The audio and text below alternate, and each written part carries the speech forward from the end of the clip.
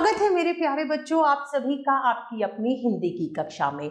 तो हम सब अध्ययन कर रहे थे हिंदी पाठ्य पुस्तक कक्षा 2 का।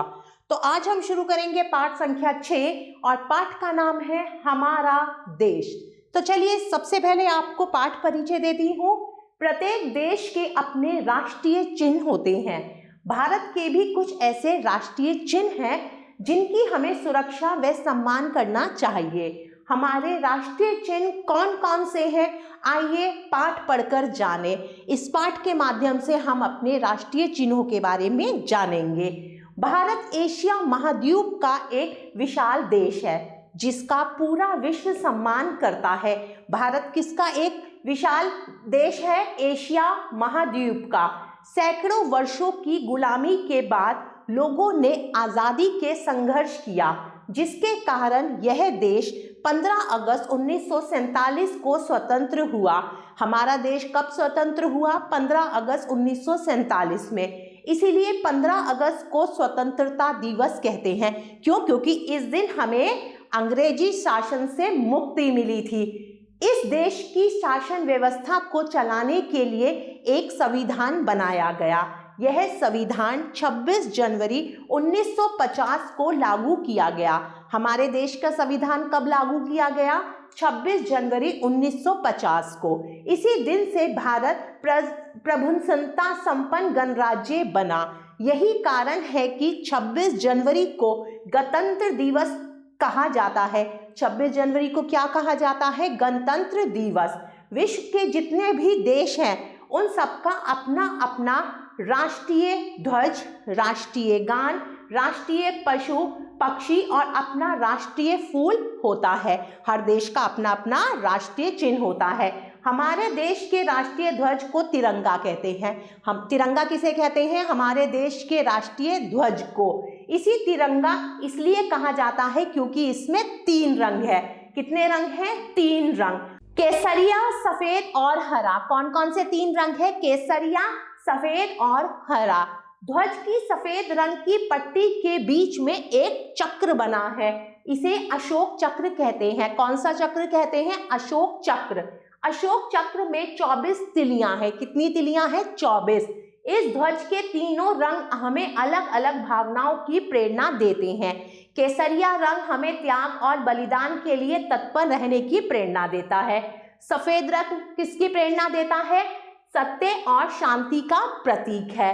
हरा रंग प्रसन्नता, परिश्रम और हरियाली का प्रतीक है। हमारा राष्ट्रीय ध्वज के किनारे एक रस्सी है। किनारे पर क्या है? एक रस्सी है जो इसके किनारे को मोड़ और सीकर निकाली गई है। यह रस्सी डंडे से बांध दी गई है। जब यह झंडा हवा में फहराता है तो हमारा मन हर्ष से झूम उठता है। स्वतंत्रता दिवस तथा गणतंत्र दिवस जैसे राष्ट्रीय पर्वों पर यह ध्वज बड़ी धूमधाम के साथ फहराया जाता है। जब आपके विद्यालय में स्वतंत्रता दिवस और गणतंत्र दिवस मनाते हैं तो भी आपके स्कूल के जो प्रधानाचार्य हैं वो क्या करते हैं? ध्वज फहराते हैं। राष्ट्रीय गाना गाया जाता है। भारतीय संविधान द्वारा स्वीकृत राष्ट्रीय ध्वज हमारा मान, हमारी आन तथा हमारी शान है। हम इसे श्रद्धा से प्रणाम करते हैं। हमारे देश के राष्ट्रीय प्रतीकों में पशुओं, पक्षियों एवं फूलों को भी स्थान दिया गया है। हमारे देश का राष्ट्रीय पशु बाघ है। यह बड़ा फुर्तीला पशु है। इसकी पीठ पर आकर्षक धारियां होती हैं। यदि तुम कभी चिड़ियाघर गए होगे तो तुमने बाघ अवश्य ही देखा होगा। कहाँ देखा होगा? चिड़ियाघर में। यह भारत सरकार के द्वारा जारी नोटों पर त्रिमूर्ति के रूप में छपा होता है। जिस तरह भारत का राष्ट्रीय पशु बाघ है, उसी तरह इस देश का अपना राष्ट्रीय पक्षी भी है। क्या तुम बता सकते हो कि वह कौन सा पक्षी है? यदि नहीं जानते तो लो हम बता देते हैं। हम भारत का राष्ट्रीय पक्षी है मोर। यह बहुत सुंदर पक्षी है। इसके पंख बड़े चमकीले और मनमोहक होते हैं। जब यह उन्हें फैलाकर नाचता है तो इसकी शोभा देखने ही बनती है। इसकी आवाज़ भी बहुत मधुर और सुरीली होती है। इस सुरीलेपन के कारण ही इसकी वाणी को केका कहते हैं। ऐसा माना जाता है कि इसके पंख को श्री कृष्ण अपने मुकुट में धारण करते थे। किसके पंख को? मोर के पंख को। इसीलिए श्री कृष्ण को मोर मुकुटधारी भी कहते हैं। क्या कहते हैं? मोर मुकुटधारी। किसे? श्री कृष्ण को। कमल भारत का राष्ट्रीय फूल है। यह तालाबों, झीलों और नदियों में खिलता है। कमल का फूल बहुत सुहावना होता है।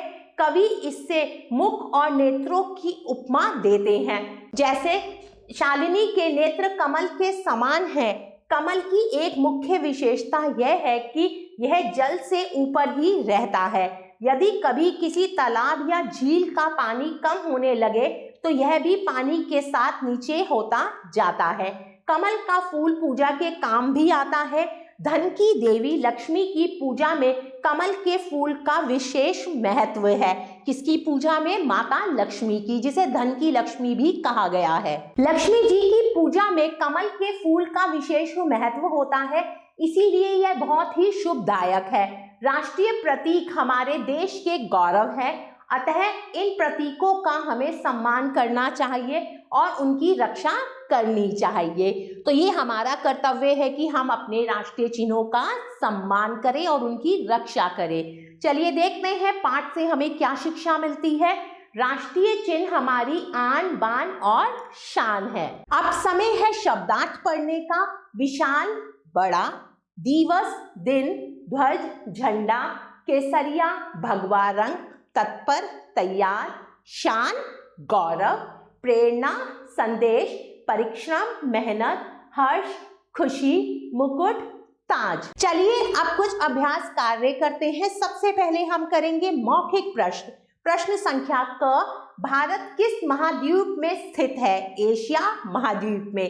भारत प्रभुसत्ता संपन्न गणराज्य कब बना? 26 जनवरी 1950 में। तिरंगा किन किन अवसरों पर फहराया जाता है? सभी राष्ट्रीय त्योहारों पर तिरंगा फहराया जाता है। चलिए आगे बढ़ते हैं प्रश्न संख्या 3 की तरफ। सही शब्द चुनकर वाक्य पूरे कीजिए। मोर के पंख बड़े चमकीले और डैश होते हैं। मनमोहक, तो यहाँ हम लिखेंगे मनमोहक। श्री कृष्ण को डैश मुकुटधारी भी कहते हैं। श्री कृष्ण को मोर मुकुटधारी भी कहते हैं। कमल का फूल बहुत डैश होता है, बहुत सुहावना। कमल का फूल डैश के काम आता है, पूजा के काम आता है। हमें अपने राष्ट्रीय प्रतीकों को डैश करना चाहिए, सम्मान।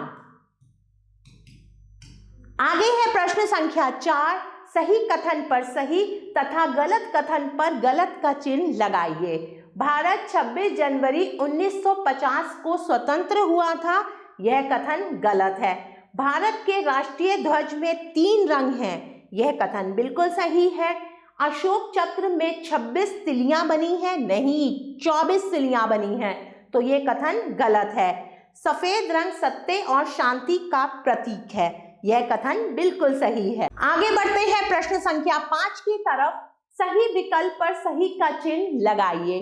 भारत के राष्ट्रीय ध्वज का रंग है केसरिया, सफेद, हरा या विकल्प 4, ये तीनों, तो विकल्प 4 बिल्कुल सही है। भारत का राष्ट्रीय फूल है कमल। अपने पंख फैलाकर नाचता है, कौन नाचता है? मोर नाचता है। प्यारे बच्चों, आशा करती हूँ आपको यह पाठ अच्छे से समझ आया होगा। हम पुनः फिर मिलेंगे, तब तक के लिए आभार।